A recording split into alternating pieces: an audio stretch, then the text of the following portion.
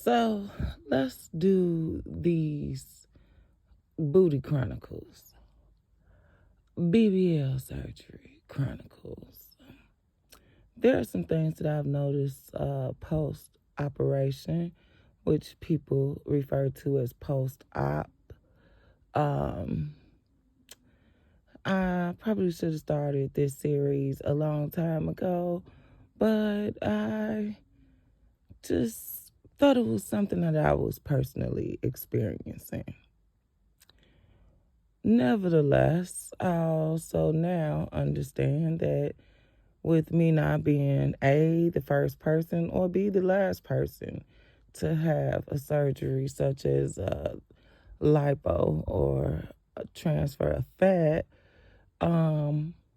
these may be some common factors or experiences, if you will. But how would you know that if no one spoke of them? So, I am currently 9 weeks post op my BBL surgery. And I'm past the period of 6 weeks where you can finally sit down, according to most surgeons. Um, I am doing some sitting, but I was also told at 1 month, at the minimum, I could begin sitting, but not for long periods of time. Just if I really needed to sit, go ahead. Okay. I chose not to do that. I called in just to follow up and verify I heard what I heard. And then I was told again, no, don't sit for 6 weeks post-op. So, as I stated earlier, I am 9 weeks in a couple days. And while I do sit down, and I'll tell you why in a bit, I feel things. So directly after surgery and after surgery, up into this point, I did not experience any pain or aching in my butt where I had the fat transfer. Okay. But there were moments during that time frame. I want to say it started, or maybe I noticed it after I stopped taking the pain meds. Because you must understand, pain medicine does exactly what it's supposed to do. It numbs the pain. So where you might be feeling something, you actually can't feel it. You can't report on it. You can't speak on it. You can't say anything about the experience about it because you know you was taking pain pills. So once you come out of taking the pain pills for a day or two, and I would really say 2 days at the minimum, that's when you can start saying, oh, wow, I feel this. Oh, wow, I feel that. Or you feel nothing at all. But I felt something. I felt a throbbing. Not like I don't know how to explain it, but it was like a pulsating in one cheek or one side. And then I would feel so tired, extremely sleepy, where I would literally almost pass out. And there was no alcohol or medication involved. This was strictly my body just literally saying, I'm tired. I want to go to sleep. And so I wouldn't fight it, and I would just lay my head down, and boom, I'm asleep. And then I would wake up, and my body has changed. You must sleep. It's like a pot of boiling water. So I've been told. There's a fable, a wives' tale, Um, a pot. If you watch a pot of water, it'll never boil. I've never done that. I never stood there to watch it to see. But I do understand if you're constantly looking at yourself in the mirror, or you constantly, feeling on yourself or whatever. Sometimes those hours that you are knocked out, those are the hours that not only does your body, does its changing or metamorphosis or whatever, the swelling goes down here, the swelling goes down there, some of the fluid drains from this side more, some of the fluid drains from that side more. You're watching it like as you watch it, it's going to happen. It is happening.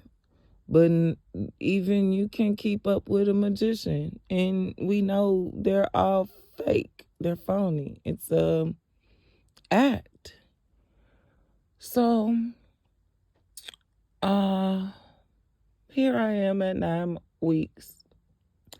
And the swelling has gone down in the area. I can honestly say I think what I'm left with will be the pretty much final result. Maybe more shaping up. I don't know. But I do not feel the throbbing anymore. Now there is a different sensation. Since I've been sitting, it's not painful, but I can feel that I am sitting. So let me say it like this. Princess and the Pea. If you know the story, you already know where I'm going. If you don't know the story, then here's something else. If you put a coat or some clothes or some cover or something underneath you and then sit on it, you will feel different sensations in different areas of your buttocks. You're just going to feel it because it's something underneath you that is not normal feeling to alert you. What are you sitting on? Do I think that's a bad thing? No.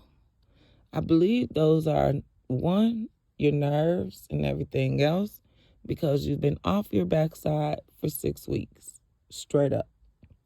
And then two, the pressure and the new experience of you sitting on your newly behind.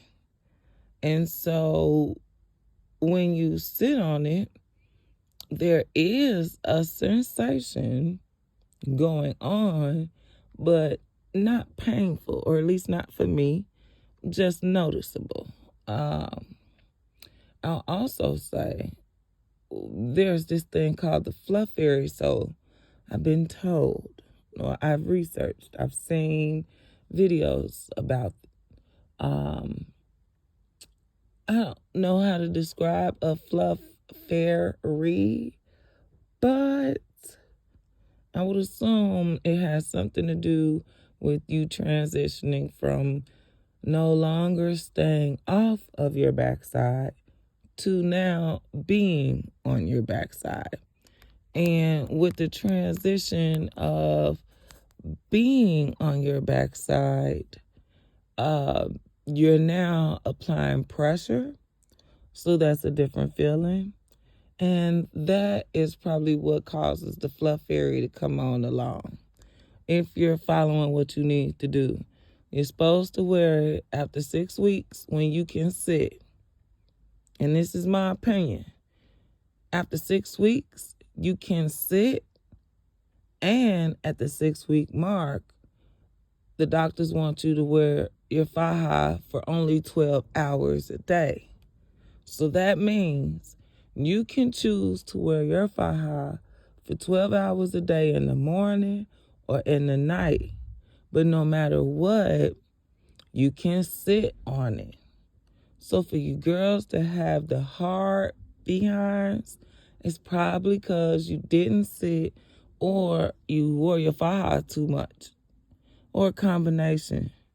But I think once you sit on it and you start feeling the sensation of, oh, something, that's because you haven't sat on your backside for 6 weeks since you had surgery. And eventually your body will get adjusted to its new form. All right, so let me go on and end this here. There's more that I could say, but